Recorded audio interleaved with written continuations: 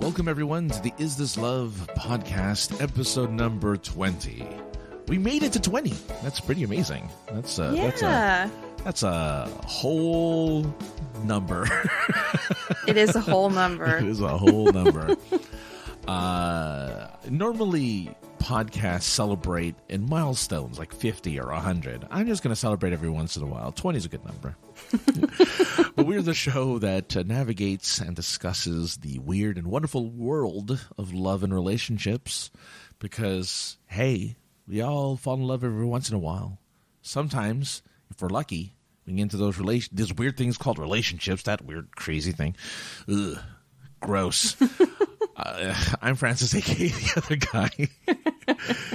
And with me, as always, is Sara. Nade. Hi, Sara. Or Hi, should Francis. I call you Molly Ringwald? I am very flattered. I don't think I look like her, but you told me someone thinks I do, Yeah. so I think that's nice. You don't have the shock of orangey red hair that she has. I don't have red hair. No. You don't claim to have any Irish ancestry, do you? I do. I'm a quarter No. Irish. Oh, quarter Irish. Okay. Yeah. So, yeah, okay. Because did you hear that's the one thing that the Irish are most annoyed with Americans about is that everyone in America claims to be Irish? Well, you asked. No, I know. I wasn't just going to throw it out there. No, I know. I know you did throw it out there. This is me asking you the question. But I do find it funny that it's most likely true, though. The United States has probably the largest number of Irish, ancestry next to Ireland. Mm-hmm. Because we're just such a big, we're such a large population. There are only 5 million people in Ireland, right? That's wow. it. Yeah. Isn't that I did crazy? not realize. Yeah. It's tiny. Wow. We're almost 400 million here. So, and I'm pretty sure of Irish ancestry, we have at least 10 or 15 million. We outnumber the Irish in the United States versus the people who actually live in Ireland. Definitely. Yeah. But it's not even it's not even St. Patrick's Day. I'm already talking about Ireland. I think I want to go back. I think that's why. Have you been? I have. Nice. I went there for my friend's wedding. Oh, nice. I was his best man, which was an interesting experience. I've been a best man twice, and I have. Out of curiosity, have you ever been a bridesmaid or a maid of honor at a wedding? Yes, both. Both. Oh, that's cool. Yeah. How did you handle the speech? Because I know we all have to give a speech. I don't even remember. Did you give one? Did you give a speech? Probably. Okay. I probably did. I probably stood up, blacked out, and then How drunk when were I came you? to, it was over. How drunk were you at this wedding? Jesus No, Christ. I just like the pressure of speaking. No, I get you. I mean, I don't think, even though you laugh at a lot of stuff I say, I don't think I'm particularly funny. Well, yes, obviously I disagree. I know you disagree. And this Irish friend of mine, I was the best man for, has constantly told me I need to do stand up at some point, and I need to do comedy. And I'm like, I'm not that funny, but I'm glad you all think so. But for my first bout as best man, I brought props. And oh, wow. Let's see how aged this is. But I brought a plastic battle axe and a plastic ball and chain to the thing, so that when I gave my speech, I had props to give.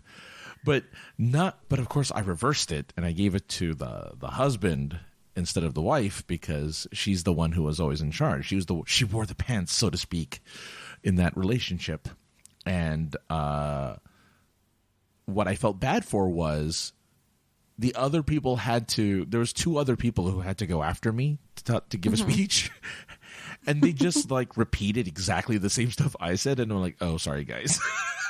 I guess I did say everything. You stole their speeches? No, I didn't. I think I just said everything that kind of can be said, for that. It's like, oh, we're happy. Oh, you guys are going to be this. Oh, whatever, right? And I gave the jokes and people chuckled and whatever. Yeah. So that was fun. And then being the best man at an Irish wedding is very interesting because I'm a minority, which people may not get based off of my voice. I understand that I don't sound like one, but in Ireland they're very pale. Ireland, yeah, yes. And I am a dark-skinned Asian not only dark-skinned Asian, but an American, which is more than they can handle in Ireland. They cannot handle Americans in Ireland because... Oh, really? Well, the Irish are very soft-spoken, and they're very... they kind of keep to themselves. And I was in their face with a mic and a camera, and I was like talking to them, like, "What do you have to say to the bride and groom?" And I'm really, I'm really hamming it up as an American, and all of the Irish people are like, leave me alone now. That's okay. Don't talk to me. They're great. And that's it. I'm like, oh, okay, all right. But so it wasn't even so much that you weren't Irish that stuck out. It was that you were American. Mostly that I was American. Yeah, that was the big. That was kind of the big. Like, oh boy, here's the American. And they gave me the mic. The first thing we did at the reception was they just gave me a mic, and I'm like, dude, you know what happens if you give me a mic? I'm going to talk into it. And I would not shut up. I kept talking through the mic the entire time. It was awful. But I love Ireland. It's a great place. Yeah. You should go. It's really awesome. I thought it was I really want pretty. to, but now that I know how much they hate Americans, I'm No, they don't hate a little Americans. nervous. they don't hate Americans. Don't get me wrong. It's not that they hate Americans. It's just that I was the wrong American to be there because I'm I'm one of the boisterous Americans that they are not fond of. You're going to be the quiet, the soft-spoken American that they're going to love because you're soft-spoken and you're not going to be bombastic. But I was very bombastic at this wedding. I was very all over the place. But I really enjoyed it. I think probably one of the prettiest countries I've been to. Just a lovely place. Yeah. Yeah. And I drove through it, which is nice. Like hard because I nearly killed myself, he and his fiance at the time, now wife. Because your instinct is to go to the right side of a road. When you live in the Americas, you drive on the right side of the road, and your instinct is to go to the right. And I did that a couple times. Oh, shoot. That is scary. Into oncoming traffic. And I'm like, oh, right, left side of the road. My God. Oh, right, left side of the road. Right, sorry. Oops. Because they live in a village. They live in, like, fantasy town where there's a single road and all forestry and castles. Oh my gosh. That sounds amazing though. Except for the scary traffic incidents. Don't drive. Have someone else drive for you. I will have someone else drive. my one bit of advice is have someone else drive for you. But I love it. I wish I could have spent more time in Ireland. I was only there for 10 days and it wasn't enough. I want to be there for like a month. Yeah. Mm-hmm. Oh, God, I was only in the southern part of Ireland. I barely saw anything. I teared up. I went to this place called the Cliffs of Moher, right? Oh. And they're just cliffs. But boy, oh boy, is it beautiful and naturey. I cried practically. My eyes are all watering. I'm like, oh my God, this is the beauty of nature. Like, I've never seen the beauty of nature before. Like, this is amazing. Right? I think I have heard of that place, and I've heard it's really amazing. So I'm not surprised. Gorgeous. Yeah. And there's little castles even there. There's like little castles all over the place. I was like, oh my God. When we were in Dublin, we walked by a wall that was like 1,000 years old. I'm like, oh man, that's crazy. Nothing like that in the U.S. There's nothing. There's nothing that old. But anyway, speaking of old, let's talk about stuff let's talk about emotions that are as old as time itself, and get into the question segment. Emotions are old as time. Yeah. We feel all the feelings. Same problems, different century, right? Oh, yeah. Oh, yeah. Oh, yeah. Is this love questions? All right, what do we got? Okay. Our first question is, Why do so many people who are in unhealthy relationships refuse to leave? For example, people who always complain about how bad things are and seem really unhappy in their relationship. Oh, do you know anyone like that?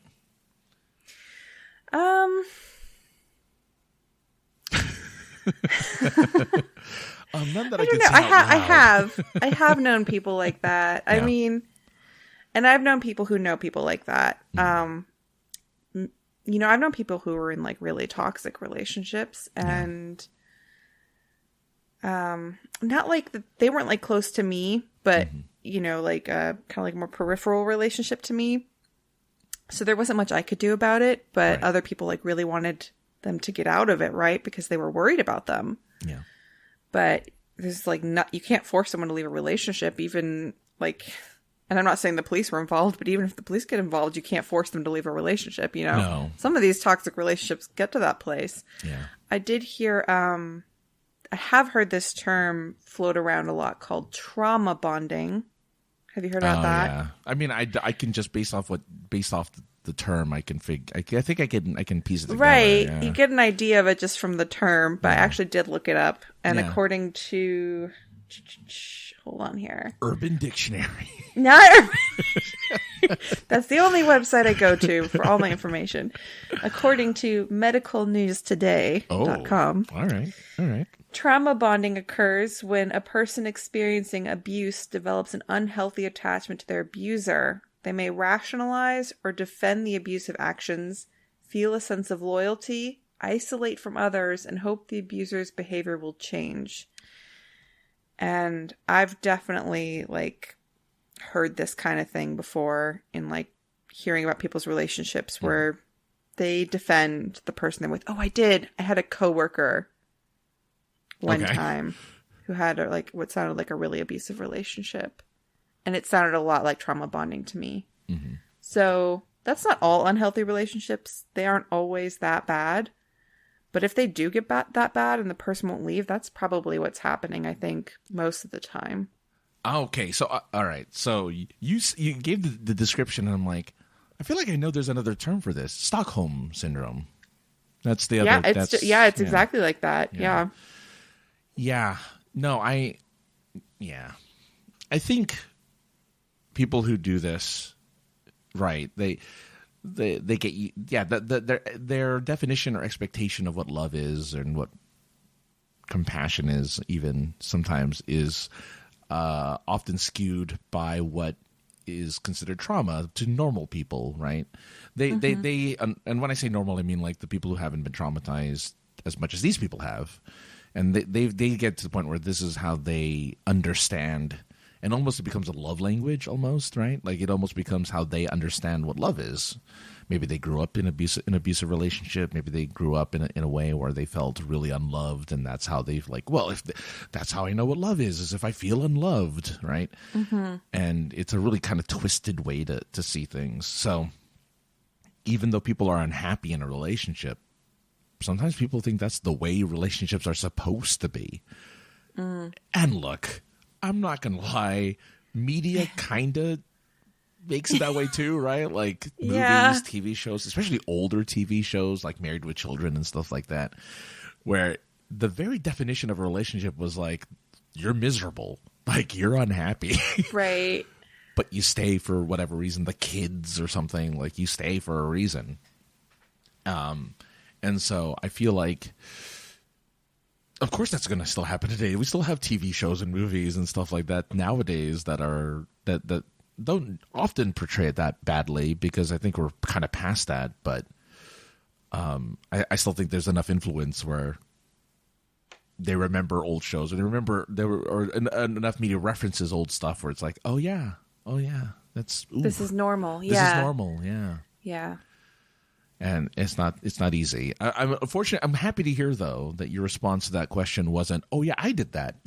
Like, thank goodness, that wasn't like your response. Well, I've certainly been in relationships where I should have left earlier than I did, and I'm sure I'm guilty of some of this stuff too. Sure. Yeah. I also think sometimes when you stay in a relationship and it's not necessarily abusive, you're just not happy. There's like this really big fear about being single, you know. about saying, well, this isn't good, but what if I'm alone forever? Oh, you took the words right. I was going to say forever alone. That's the fear. Forever alone. Yeah. But not really forever alone, because you did have a relationship. But the fear is that the next one, like, look at me, right? Like, I had, it took a decade and plus years for me to find another relationship, and I wasn't, for that whole time I was like, this is my life. Like, my life is being single while everyone else around me is in a relationship. So you have a tendency that when you go dating again and when you find a new relationship, you have a tendency to cling on to it more because you're afraid that, well, what happens if this doesn't work out? Because people aren't used to being by themselves. Like, we kind of haven't normalized that. Not even normalized it, but like made it okay. Right? Yeah, there's a lot of pressure from society to like be in a relationship. Yeah. And some people who are happy being single just don't, won't even date, or they'll say only no strings attached type situations, Yeah. But it's tough to like want to be with someone, but be okay being single until you find the right person, and be okay turning down things that aren't good for you. Because there is a real fear that what if what you found is the best it's going to be, as good as it gets. Oh, wait till the next episode. Yeah. There's always a fear. Well, here's the thing. They did, in this particular case, they don't think there's anything better, right? Like, in this particular case, the reason why we stay around and in a happy relationship is we don't feel like it's going to get better than this. This is it. Like, who else is going to want me? Right? This person wants me. That's true also, yeah. It could be like a self-esteem thing where you think, yeah, if this is the pinnacle of my relationships, then it's downhill. It's got to be downhill from here, because I'm sure nobody else will like me that is better than this. Right. Yeah. I mean, why would anyone think that? Like, I know, I mean, I feel that way right now. Like, why would anyone want, like, I mean, who knows? Obviously, who knows what the future holds for anybody? I have a friend of mine who never thought they'd be in a relationship and found themselves in one. Right. So, like, you never know, I guess, but you can't hold on to that. Like, it's really tough to hold on to that hope, because you'll go out there, you'll enter the dating world again, and there's a lot of uncertainty. Yeah. I think but you can't stay unhappy the rest of your life because you might not find someone better, because you probably find a way to be happier single than just latched onto somebody, or have your wagon hitched to somebody who's just making you miserable. Yeah. Yeah. No, yeah, you're 100% right, because even though you don't feel like maybe you're going to find that, you don't know. You just don't know. And it's easy to kind of get into the comfort zone of being like, oh, well, I've been in this relationship for X number of years or months or whatever, and I'm comfortable, and why, like, yeah, we're not happy, but I know what the routine is, and I know what's going to happen next, and I know that, if I go here, if I go there, that person's going to be there, and like, okay. So that's part of it too, is like, it's easy to get really complacent when, when you're unhappy, even though you're unhappy, it's easy to get complacent, because it's like, oh, well, it could be worse, or something like that. Like, maybe even reason out in your head, like, it could be worse. I could be, like, I don't know, poked with a toothpick every day for the rest of my life. Like, that's terrible. It could always be worse. It could always be worse. And so you kind of live with that. You live with the unhappiness.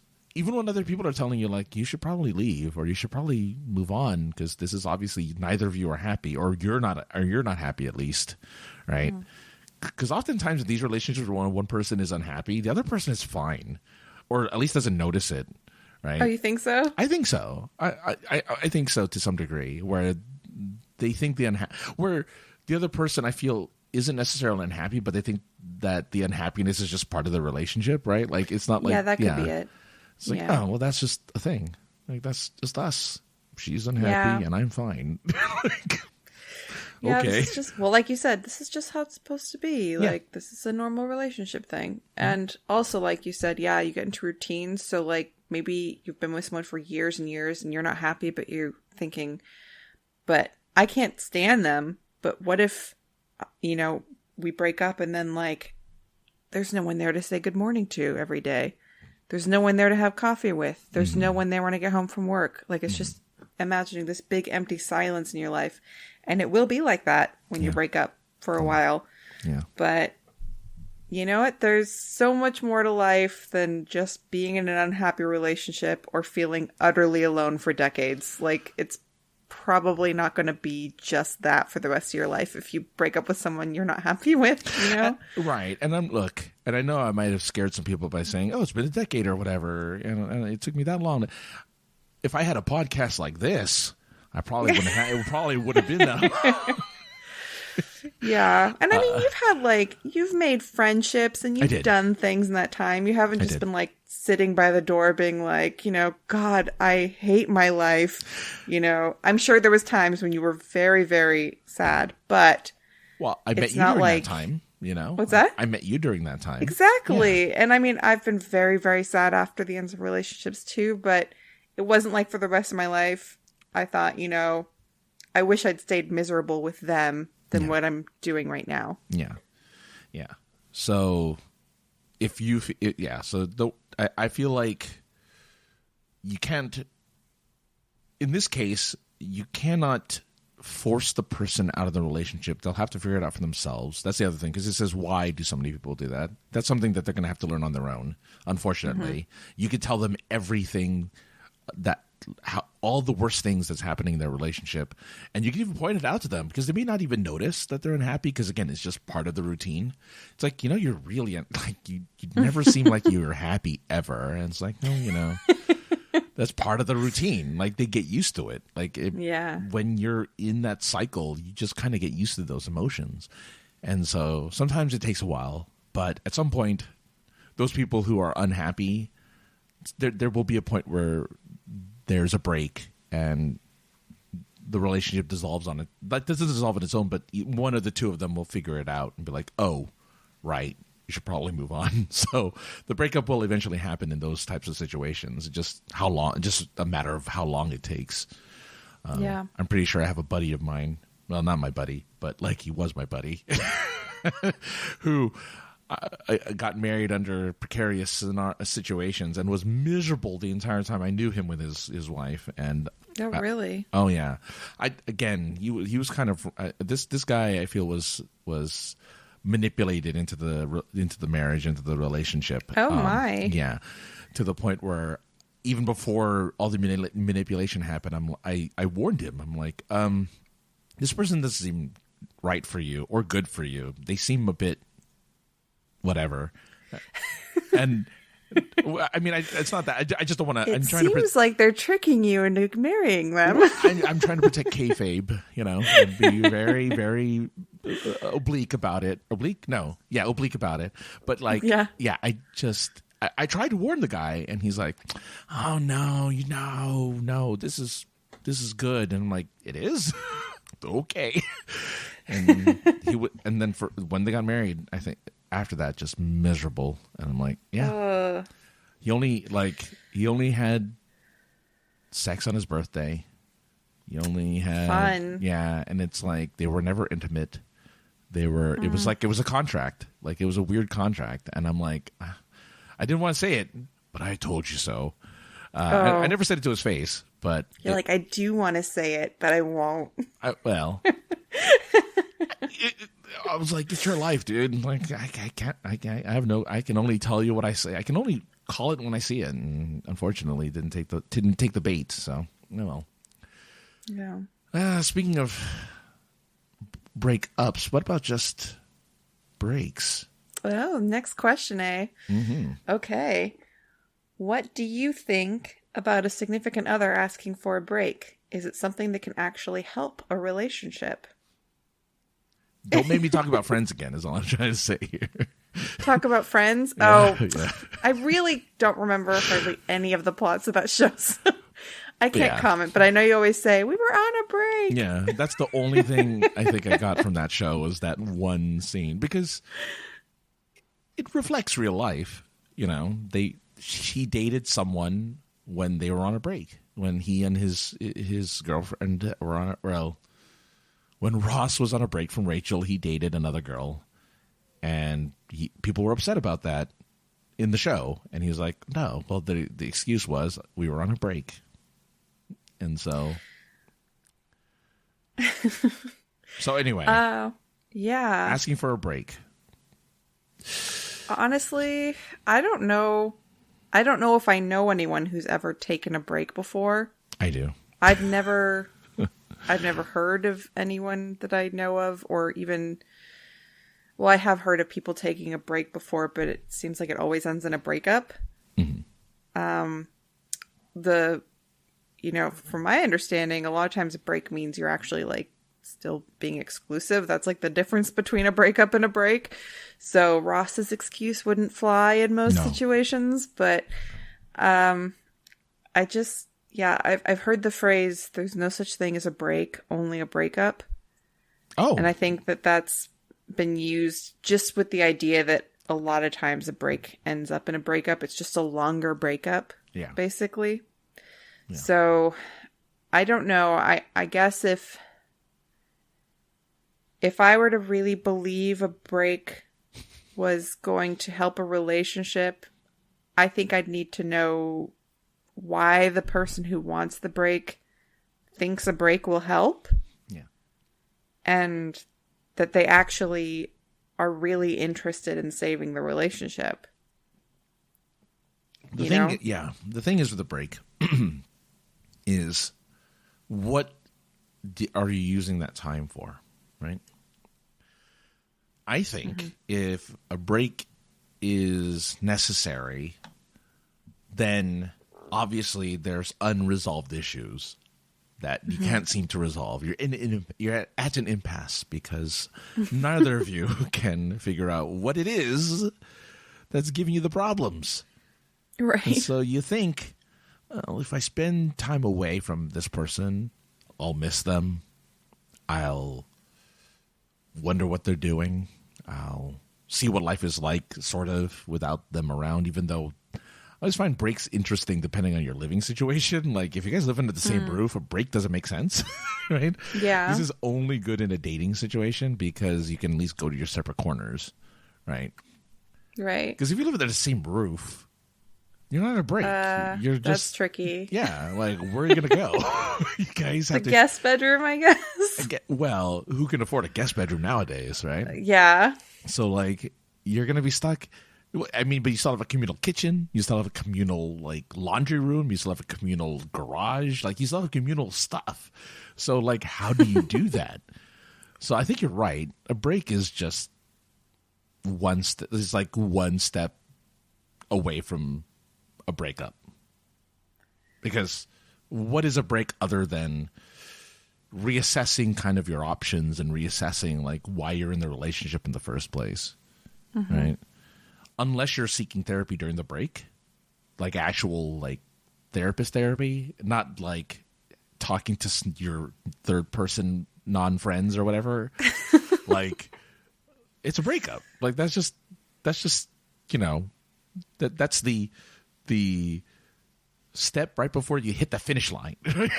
There's the ribbon, and you're just standing in front of it, wondering whether you should pass it. It's like, oh, yeah.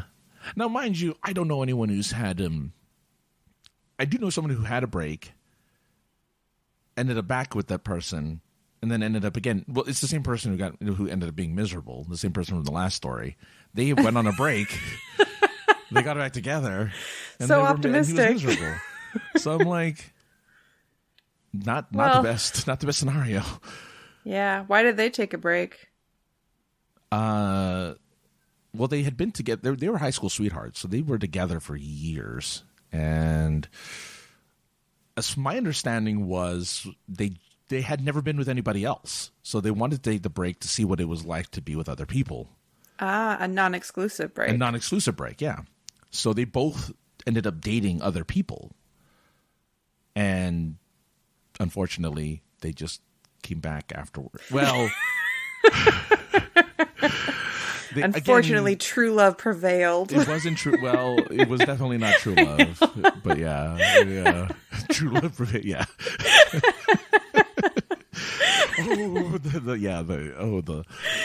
They couldn't. They lived together, right, during this whole break, which is again, oh my god, which is why I'm like saying like it wasn't really a break. They what lived a together. Mess. Yeah, it was awful. It was like this is just break up, guys. I begged for them to just break up, like just make it a thing. Stop living there, move back to your folks' place. Who cares? Just get away from her, right? I don't care. Yeah. And unfortunately, he's like, no, it's okay. We're cool. No, just no. No. You were asking for trouble and you got it, but yeah. So I think, you can. I mean, people break up and get back together. I've done that before, and that's different than a break. Yeah, that's different. Yeah, that's very different. And you can probably. I mean, the only difference is you're not like, okay, well, in 2 months we're going to try again. You're like, I don't know if we ever will try again. And that's the difference. In a breakup, there's stakes. In a breakup, there's actual consequence. In a break, there isn't, because they're still there. Like there are no stakes involved, because whatever, like even though you guys are unhappy or whatever the reason you took the break, they're still going to be there. You guys didn't break up. So it's not like there's no consequence to the actions. But if there's a breakup, there is a chance to miss each other. There is a chance to be like, oh my God, my life is worse without them. And I am actually happier with them. Like you can let those things cycle through your head. But if you're on a break, you know they're there. So those thoughts never cross your mind. Mm. But in your breakup, they're like, well, they're not in my life anymore. And you go dating again. It's like, these aren't great. These people aren't good. Yeah. But the person I was with was pretty good. And if they think so as well, that's why people come together after a breakup, right? There was there was a couple who got divorced young and then like 50 years later got married again. Oh yeah, I like those stories. Yeah, like and they're happy. They had some time to work on themselves. Exactly. 50 years. Well, it took 50 years, yeah. But like, oh, yeah, those stories happen where yeah, we want to be together. It's just we're not in the right place. It's not the right place and not the right time. So that's why I think, true. And that's what I love about a breakup, because a breakup doesn't necessarily mean you can never get back together with this person, but it allows you to grow. It allows you to branch out. Mm-hmm. I don't know. What do you think? Yeah, I've been talking a lot. Yeah, I agree. Probably breakups that get back together and are successful are probably more likely to be successful if they have like a significant amount of time. I'm not saying 50 years, but like maybe even like at least a good chunk of months or a year, could be like an amount of time to really grow as people separately. But with a break, yeah, you're kind of always like, and I don't know how that works. If you're like, in a month, we'll talk again. Yeah. Kind of always got in the back of your mind, well, is this going to work or not? They're still just always there in your head. How can you really be like free to like work on yourself, because you haven't gone through the whole grieving process and then let go and moved on and blossomed into a new person? Mm-hmm. Yeah, you just have like all the stress of the relationship on the back of your mind. You're just not able to talk to them. There's no closure. There's no closure. And the person who wanted the break is probably just really relieved, because they're like, all I wanted was to be away from them. And I like this so much. I think I want a breakup, actually. Yeah, that's true. And yeah, I mean, I don't think so. In other words, I don't think a break actually can help a relationship. I don't think it helps at all. I'm trying to imagine a scenario where it could, and it would be very specific. I think like they'd have to be like, I can't tell what's going on here, and we both have maybe mental health or life issues that we're struggling with, and we can't untangle them somehow, and it's just this one really specific time, and I feel like if we got some breathing room, we could each go to, like our own therapists or whatever. And even then, I don't know. I can't, there might be a situation, I just can't imagine it. One scenario. I can think of actually one scenario. Okay. We spent a couple years in the pandemic. In other words, you could not leave. Like, some people didn't leave the house. They worked from home. Yeah. They spent literally 24 hours a day, 7 days a week with each other for 2 years. A break is necessary. like, oh yeah, you need a break. And I think that's the scenario where I think, like, if you spent every waking moment with each other, never spending time apart, never spending time to do your own thing because you couldn't for whatever reason, that's, I think, the only scenario where I think, oh yeah, a break makes sense because you need that time apart to just get some sanity back into your head, because you spent, as much as you love the person, it's like, oh my God, that's a lot of time with one person in the same place at all times, like, always. What would that look like? Would you say I'm going to go rent a hotel for a month, or take a vacation separately? I don't know if that's a break, though. If that's just like, hey, let's take a vacation. Yeah.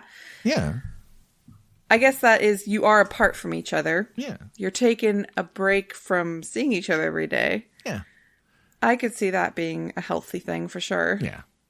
But that's it. But again, it's not a real break. You're right. It's not a real break. But that's the closest scenario I could think of. Yeah. It's just hard to... There's a break. I'm sure it's worked for someone somewhere. I just can't think of it. Yeah. There's always an exception to the rule, but yeah. So, all right. So there you go. If you're not a Kit Kat, stay away from the breaks.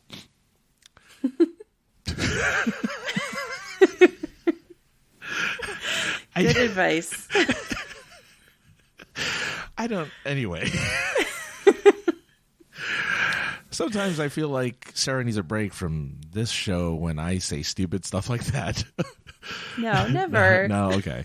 I'm glad you like my sense of humor, Sarah. I don't think the show would work as well if you thought I said really if I just dumb stuff. Rolled my eyes every time you said something. I wouldn't blame you if you rolled your eyes every time I said something, but I don't think it would be a very enjoyable show if I did that. No, we have too good a time. All right. Speaking of a good time, as always, we have a corner over here. It's right over here. It's to the right of me, even though it's also to the left of me. The Right Cow Left Coast corner is here. Hello, Right Cow Left Coast. And it looks like, you went to Dragon Con, which is fun. Yay. Yeah. But you got some questions as well. What do you got for us? Sarah, what does he have for us? I'm asking him as if he's going to ask me questions. But, yeah. Looking for his questions here. So this one is in regards to, we talked about me catching a spider in one of our previous episodes. I think that's where this is coming from. Yeah. I think so too. He says, is there a natural built-in ingrained fear from a primordial ancestor as to why we nearly all initially fear spiders? What spiders are originally from, or were or where Homo genus evolved in? Does the dangerousness of those spiders lead to this ingrained fear? And honestly, I don't know. I do know that, like, babies are scared of spiders. I've read. Babies are scared of a lot of things, though. They are, but, like, spiders are like this little thing that can't usually hurt you, so it's kind of strange that they instinctively know, because, I don't know, like, if they just saw a bear, they probably wouldn't start freaking out, Just a bear hanging out. Yeah. They'll try to hug it because they think it's a teddy bear, Like, oh, yeah. Cute. Hug. But they see a spider, and there is something there. But, like, the science of it?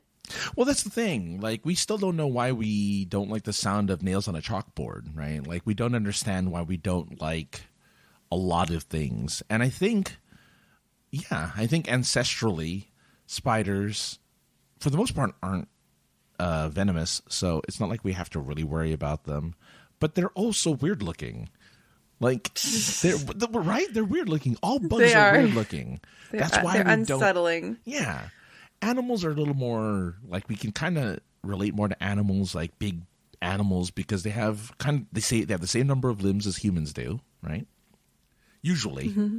I don't know of too many animals that have, at least mammals at least, for the most part, 4 limbs. Done. Job done. But spiders and bugs, which I think why we are all kind of naturally scared of bugs, is because they look weird. They do. Right? Like, who has 8 legs? Like, why is that a thing? Who has 8 legs? I mean, who does that? Like, who does that? Who does that sort of thing? Right?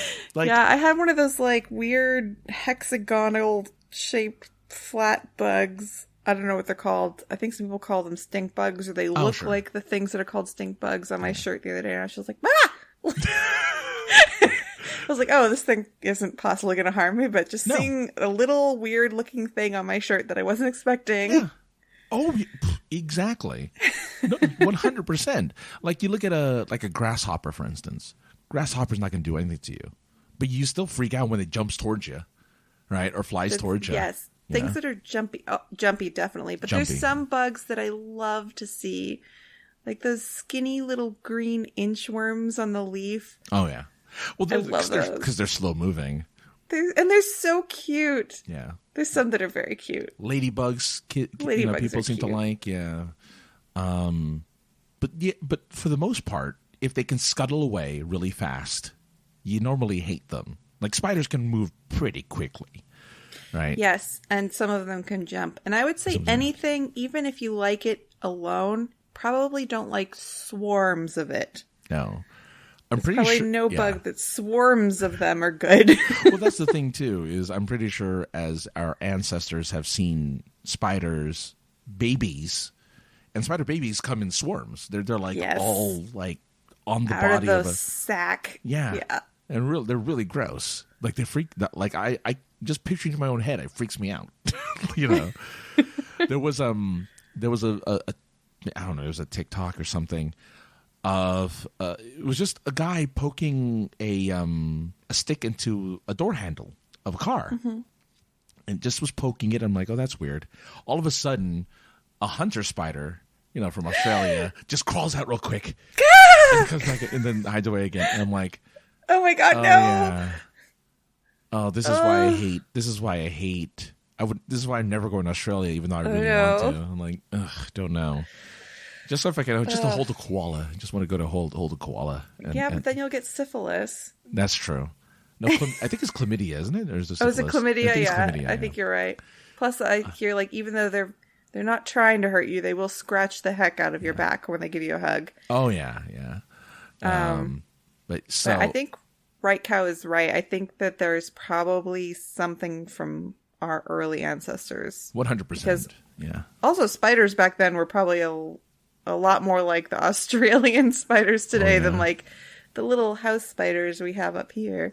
I mean, again, I had a friend of mine. I don't know if I mentioned it on here or not. Had a what do you call it? I did. I mentioned it. Yeah, the tarantula. Tarantula. Yeah. Ugh. Like captured a tarantula that crawled by them in a laundry room. Like, yeah. Ugh.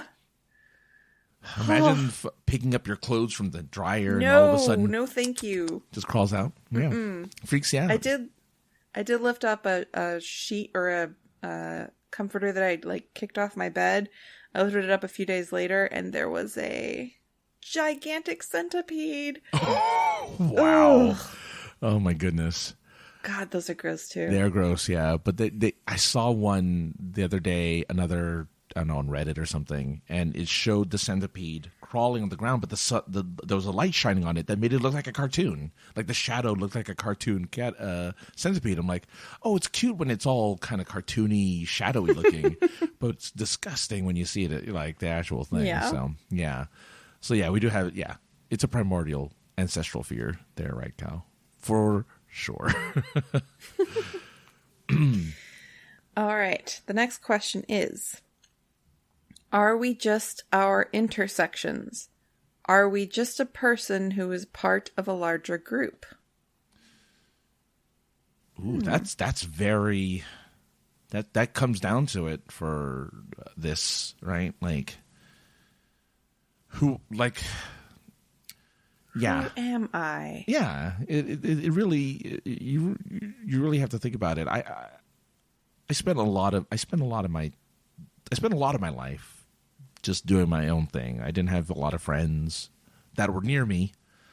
So I do a lot of stuff alone. I went to museums alone. I still go to the movies alone. I do a lot of things alone. Mm-hmm. And I don't feel I am defined by my larger group. I am appreciative of my larger group. I don't know what I would do without the larger group that I'm a part of. And I cherish them wholeheartedly. I think that they're important. Hell, I wouldn't be doing the show without Sara, who's a part of that larger group, right? We're a part of the larger group that is this love? Right. Well, the two of us are a group, right? We're the hosts of a show. So it's kind of sad to think that we're just us as people, and we just happen to have other people around us. And we're lucky we have those people around us. I don't know. What do you think? Am I going crazy? Does it make sense to you? I guess so. I think I'm not part of a lot of large groups, except for like maybe my family's pretty large. That's a group. It's a group, but yeah, I guess there's characteristics that I think we all kind of share. Yeah. So there's that. I think there's characteristics most people in any group will share just because they're part of a group they share something in common. Mm-hmm. So maybe that is a piece of your personality, but I think everyone's pretty much an individual. I will say I have hung out with groups that weren't like necessarily my groups. Maybe they were just I happened to end up in a place, for a night, and not like something weird, just this is like an Eyes Wide Shut type situation. Good reference. Oh my goodness, nice reference. I like that. Like I'm hanging out with a friend and we go hang out with their friends, and since maybe because I don't have anything in common, or the thing in common with them that they have with each other, they all seem like one unit to me. Yes. Yeah. You know? Yeah. No, I know exactly. I know exactly what you mean. Yeah, definitely. Yeah. Yeah. So in that case, I'm sure they're all very individual and unique people, but to me on the outside, I'm like, okay, this is just like one like mass of people, and they're all pretty much the same in this way that I can't like really connect to them. Yeah. So it's really your perspective, I think we all, for the most part, see ourselves as individuals, but I'm sure sometimes you step outside of yourself and you think, well, who am I when I factor in all of my social interactions and relationships? Yeah. Like even as a couple, we like to think that when we're coupled, we're in a single unit, but we still have our own individual thoughts, feelings, wants, needs, that are separate from the person that we're coupled with.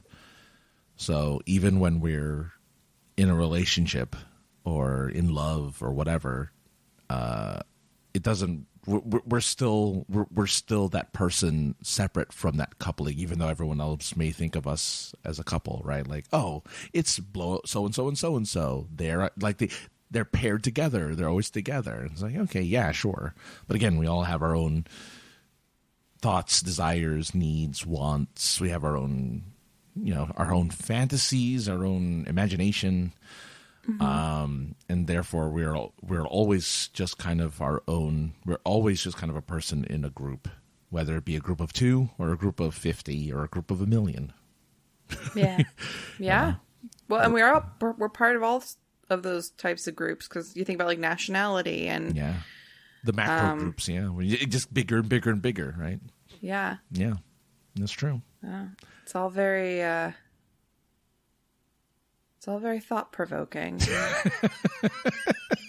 I mean, you can really like delve into this kind of thing.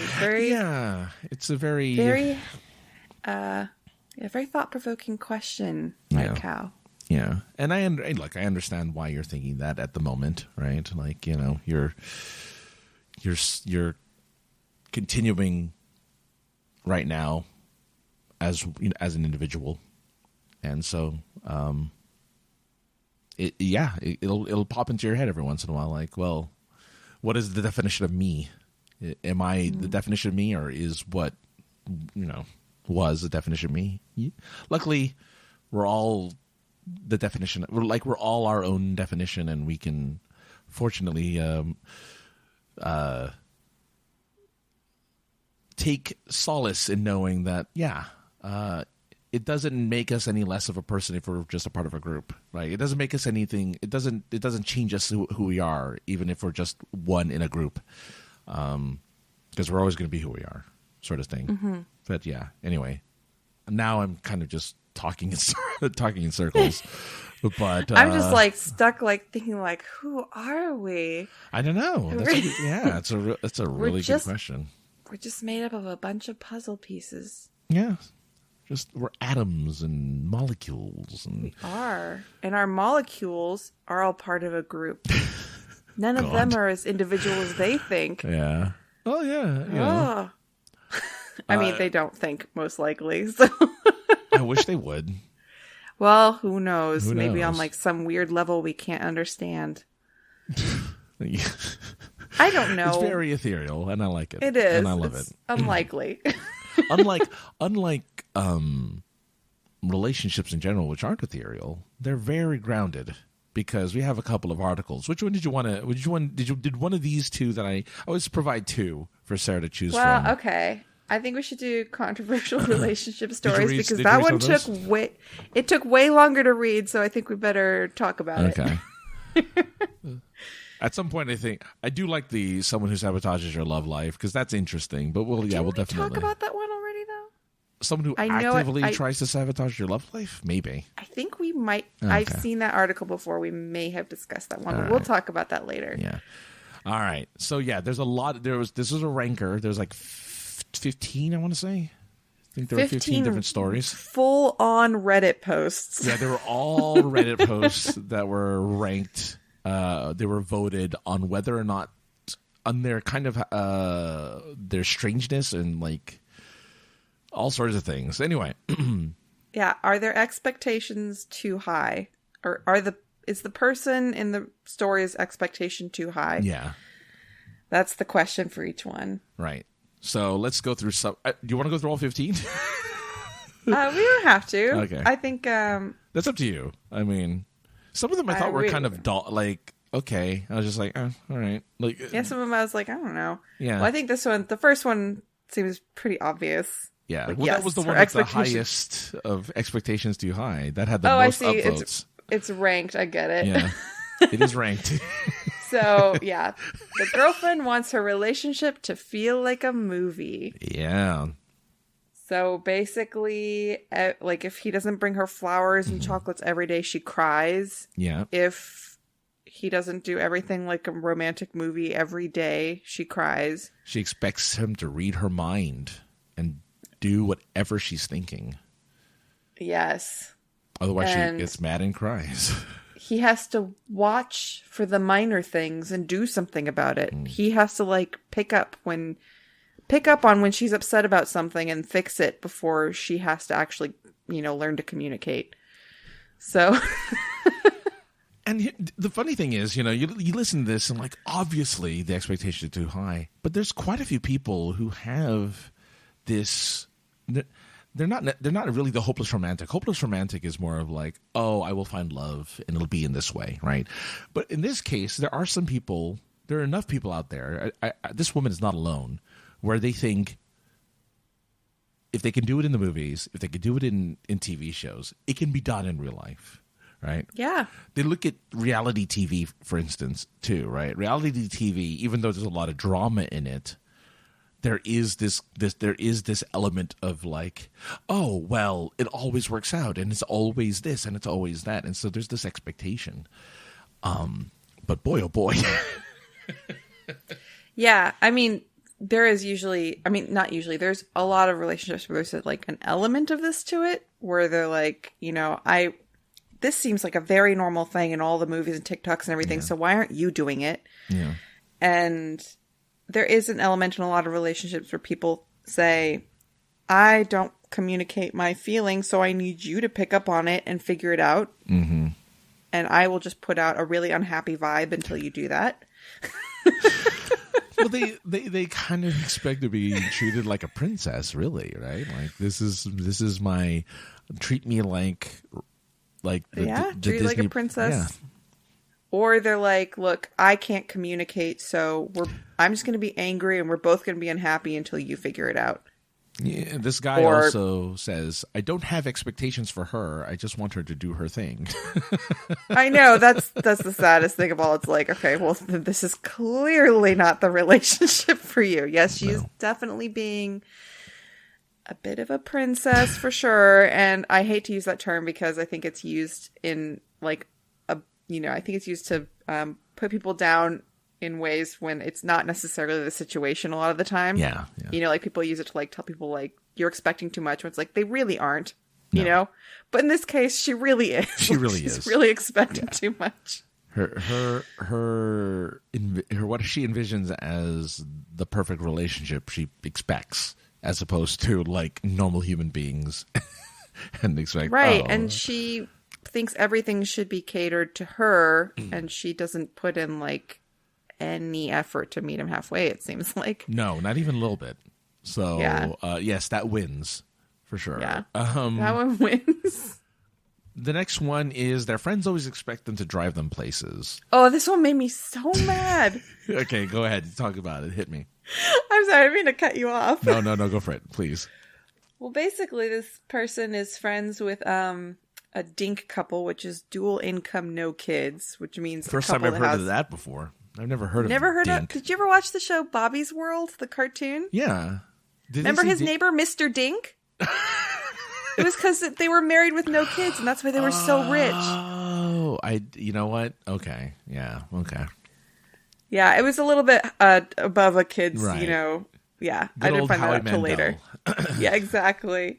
All right. So he's got a dink couple that he's friends with, and he moved in like right next door to them, or they moved in right next door to him or something. Yeah. And they're like, we're going to get a car eventually because this city is like really bad to not have a car in. Mm-hmm. But they just get him to drive them everywhere.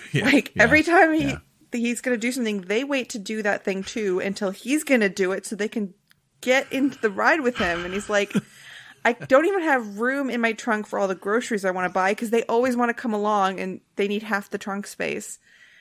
And he's like, I'm thinking about moving because I just like, it's like, I can't reasonably say this is inconveniencing me because they live right next door to me, but I just don't want to be doing it for them all the time. And they won't offer to pay for gas because they say he's going the same distance anyway. Yeah. Yes. Yeah.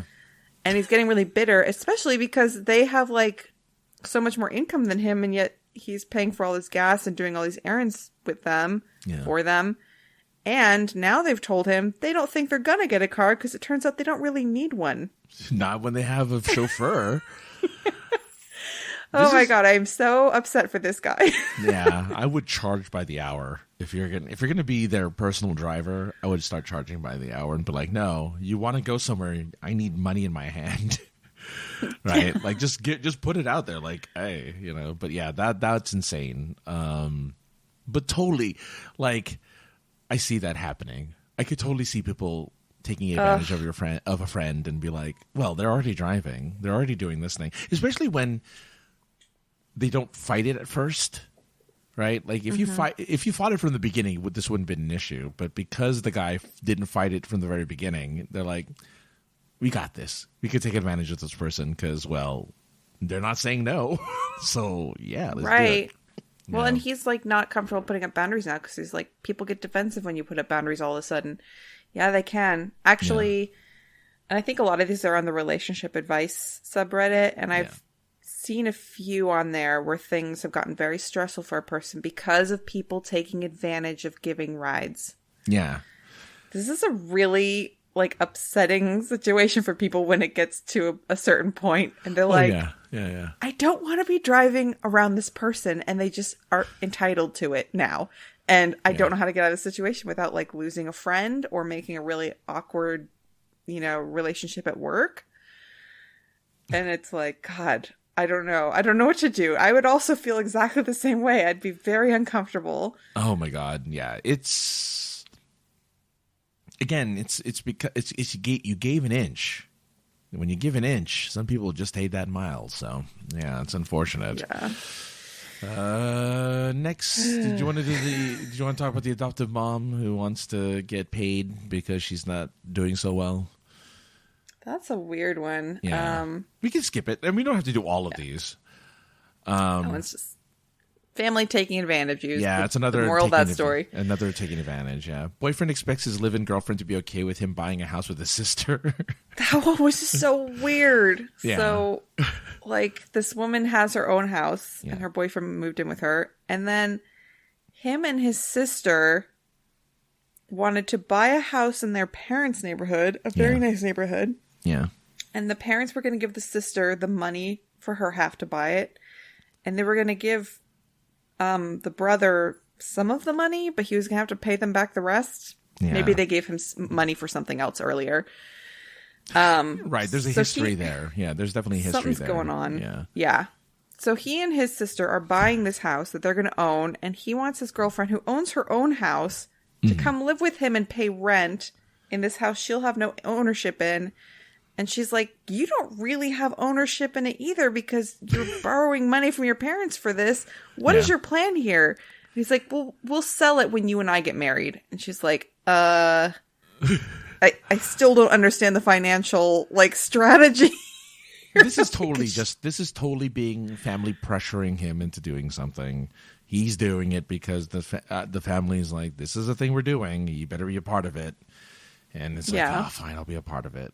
This is kind of, this is where the family dynamic, the girlfriend is unfortunately entangled in a family dynamic that isn't really that great. So, yeah.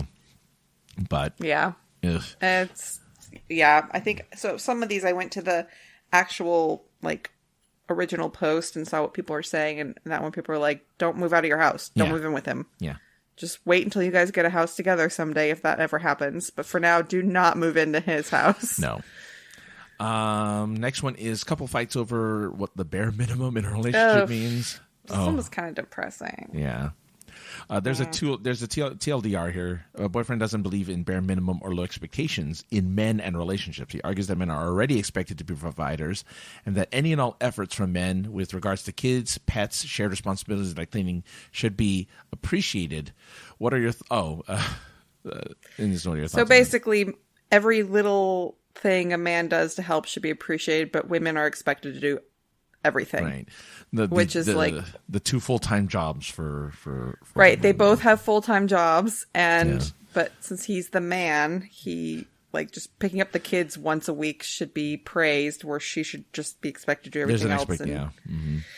It's just sad because a lot of guys aren't like that, but then some of them are, and it's like, well, come on.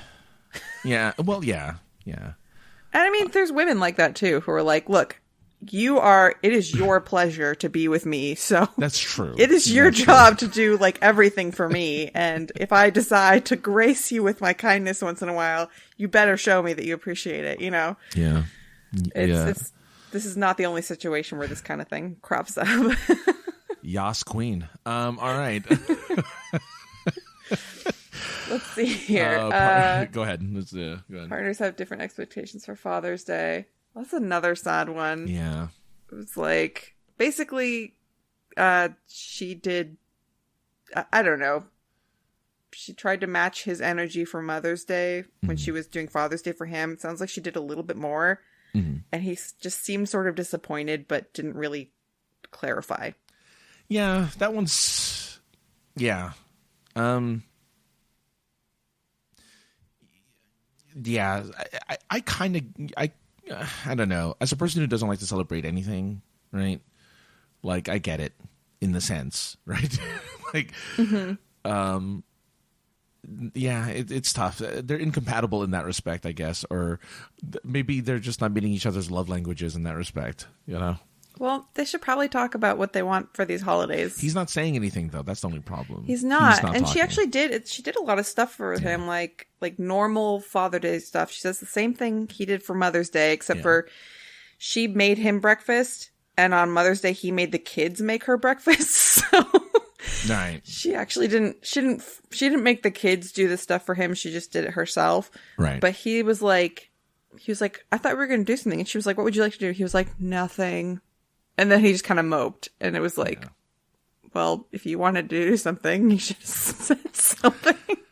Yeah, some people. Yeah, it's communication can be hard. Guys, I mean, yeah, I don't know. Like sometimes it's just hard to communicate.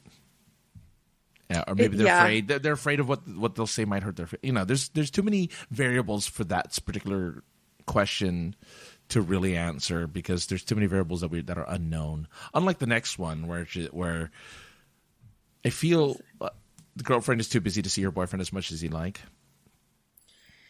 Yeah. So this one I was like, I'm not so sure, because he says we need to hang out 3 times a week if we are to be officially dating. But it's her work prevents her from doing that. Yeah. She can only meet up once a week, or sometimes once every other week. I think once every other week would be tough for me. Yeah. But, yeah, same.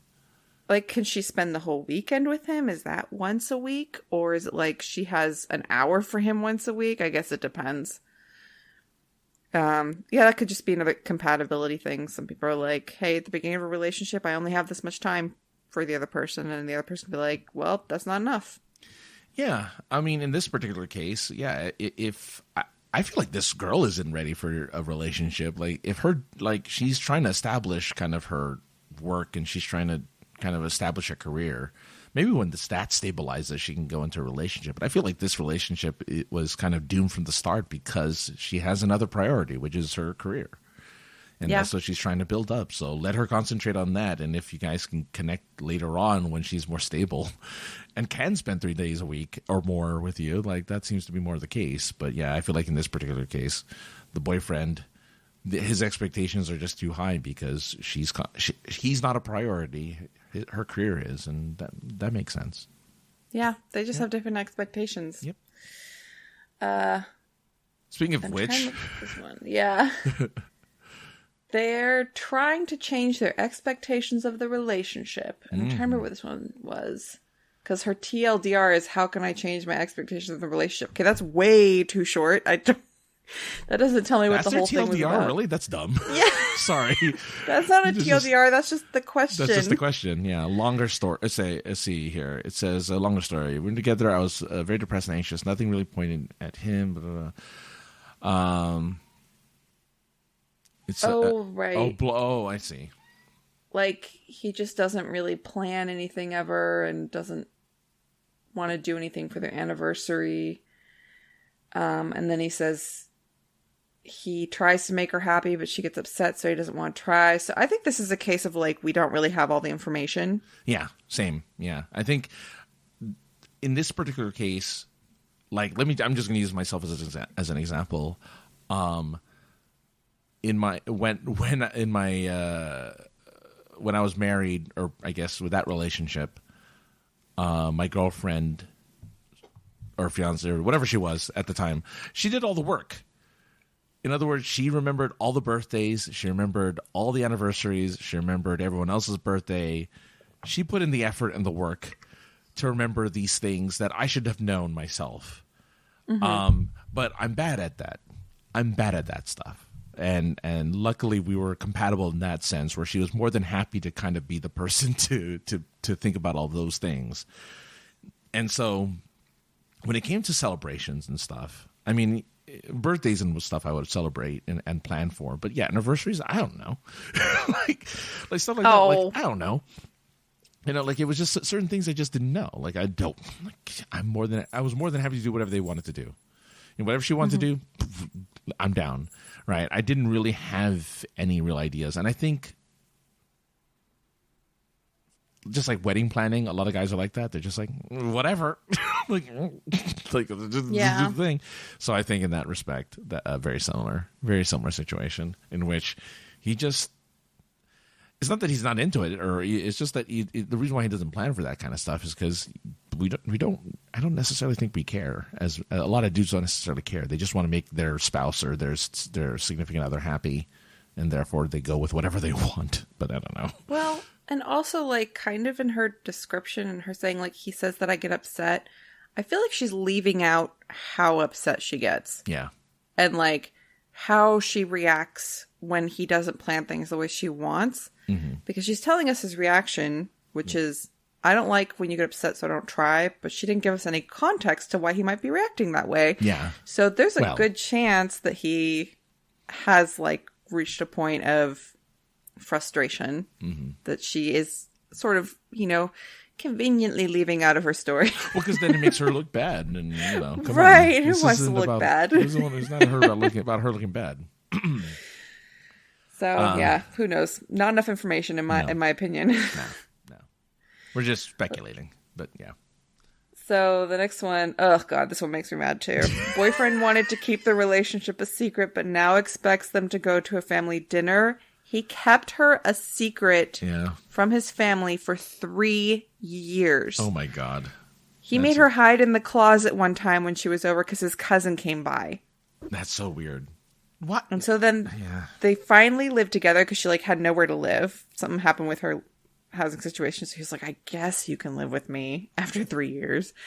And he was in the shower one day and his uncle came over. So she opened the door and the uncle was like, oh, you must be the one that he's been hiding away.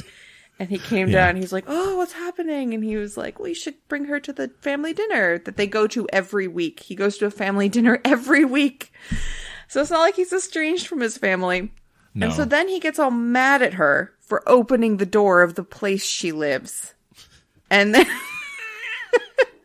and then he tells her, now you have to come to the family dinner. You don't basically you don't have a choice. Oh my god. So I went to this one's original post too to see what people said. What did they say? What did other Redditors say? Surprisingly, people weren't just just dump him. They were like, we'll go.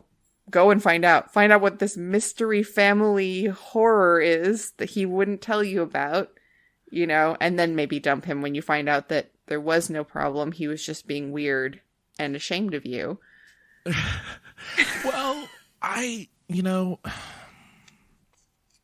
never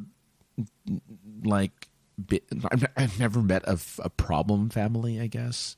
In my relationships, I never met someone where the parents are but I'm certain they exist. I'm certain there's family out there that are so kind of old school, or maybe they're so opposite your values in a way that's kind of like, oh yeah, I have to be there because they're family, but I wouldn't want to subject anyone else to it, right? Type of deal. So I don't know. I feel like. Yeah, you're right. I think her going is essential because then you have to see what's up now. Yeah, but if they're awful, then maybe it'll be like, yeah, sorry you had to experience all that awfulness. Maybe they're racists, or maybe they're it could be. Maybe they're whatever. There's all these different things that it could potentially be, but because they're family, you have to be there to these family dinners because it's expected of you, despite the fact that you disagree with everything that they believe in, right? So, I would say there would be probably a few very unique and surprising cases where you would go to that dinner and you'd be like, oh, okay, I totally understand why you kept me a secret all these years, and I agree with you. Yeah. I think it's not going to be the case, so I think it's much more likely that she's going to be like, okay, maybe your family's a little weird, or, I don't know, maybe they're rude or whatever, but why would you hide me from them? Well, and honestly, I don't know. I don't think you can keep up a relationship where your family is actually cruel or bigoted to your significant other. Yeah. But you will still see them every week and just not let them know that you're dating her. When I met my ex's family for the first time, extended family, I guess. Mm-hmm. I mean, they were racist towards me. Seriously? Their first thought was I ate dog because I'm Asian. What? Yeah. Oh my God. It's like, is that what you prefer for a meal? No. And the other side of the family was like, oh my God, talking about prostitution. oh my that's God, all they knew about my people. It's like, that is terrible. And I'm like, okay. I just kind of like shrugged. I'm like, wow, this is weird. Like, this is really strange. But that was my first kind of experiences with this extended family. So like, I still saw them every holiday and whatever. And yeah, I mean, but how obviously, uncomfortable.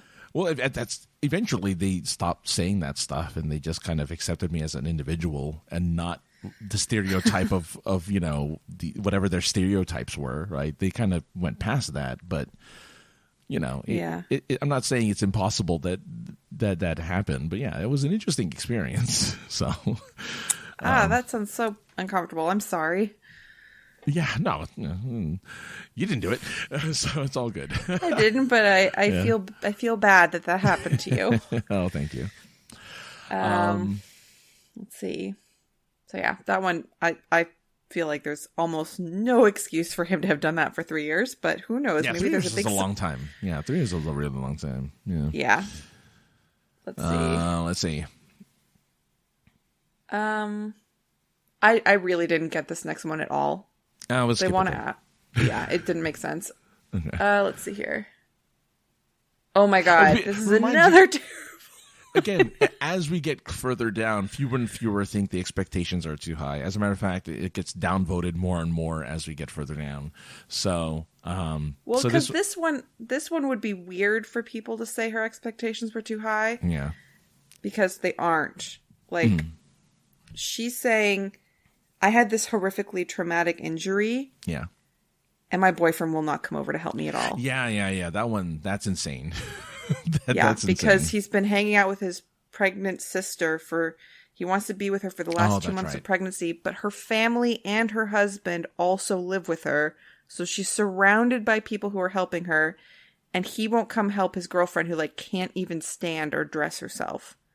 Yeah, that's insane. But that reminds me of the people who break up with their significant other once they found out they have cancer and all that stuff, right? Yeah. Like it's in that vein where it's like, oh no.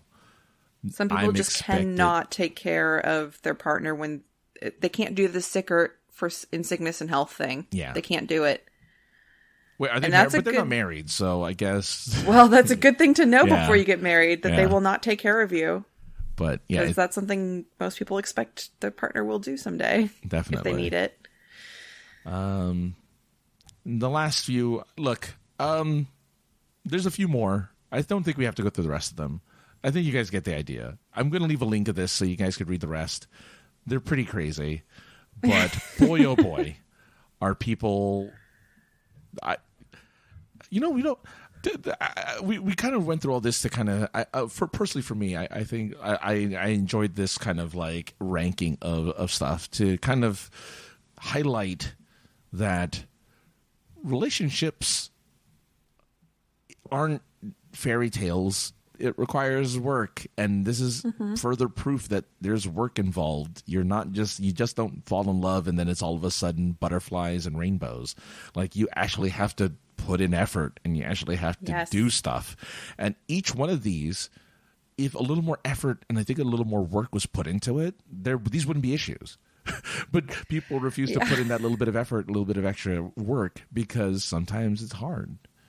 And some of these, it's like they don't even do the base requirement to be like a decent partner. Yeah. So it's pretty wild. But anyway, I'll put the link so you can read the rest. There you go, everyone. Thanks, everyone, for listening. This was fun as always. Sarah, as always, thank you so much for hanging out with me as we talk about this stuff. Aw, thank you. I love it. Yeah, I do too. This is always fun. Please, if you want to write in, we'd love to hear from you.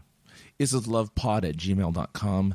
isislovepod on all of the social medias, Twitter, Facebook, Instagram. We post stuff. I'm actually pretty active on Twitter now on this account that I write a bunch of stuff on there, and people have been interacting, and it's nice. So go ahead and look us up on Twitter, and maybe you too can interact with me as I wane artistically about love. I'm going to mention a couple of things I posted just because I found them very, Let's see what Sara thinks about some of the things I posted on here. All right, for instance, I wrote. Let's see if I can find it. Oh, for a lot of people, I wrote this on a Friday night. It says, for a lot of people, tonight is date night, but it doesn't have to stop when you find the one you love. Keep date night alive. Go to a fancy dinner, a walk on the beach, or even sneak away for some canoodling, or as the Irish say, shifting. Oh. Shifting is their word for canoodling.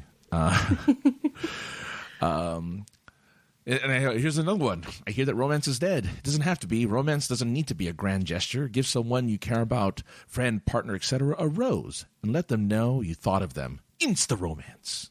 Oh, with a friend. Even with a friend. And then one last one. Said, love is so fickle. We fall in love with random people. We fall out of love at a drop of a hat. And sometimes when we least expect it, someone falls in love with us. I think I did see that one. Did you see that one? Pretty good, yeah, right? I liked it. Yeah. I like them, yeah. Yeah, so I'm hoping I can continue to be as prolific as these that I have been tweeting out lately.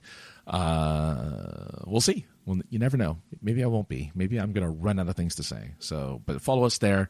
And rank us. Give us a ranking on iTunes, anywhere you're getting our show. It helps spread the word, spread the love, which is what we want to do. Mm-hmm. Spread that love like you're spreading on some cream cheese on a bagel. Spread it all over the place and help us out. But thanks, everyone, for listening. Thanks, everyone, for hanging out. See you all next episode, number 21. Until then, go and... lick an ear, because apparently that's the thing you do in ASMR. Oh, you lick ears. Yeah, it's weird. Really? Yeah, it's Ew. weird. No thanks. Okay. Bye, everyone.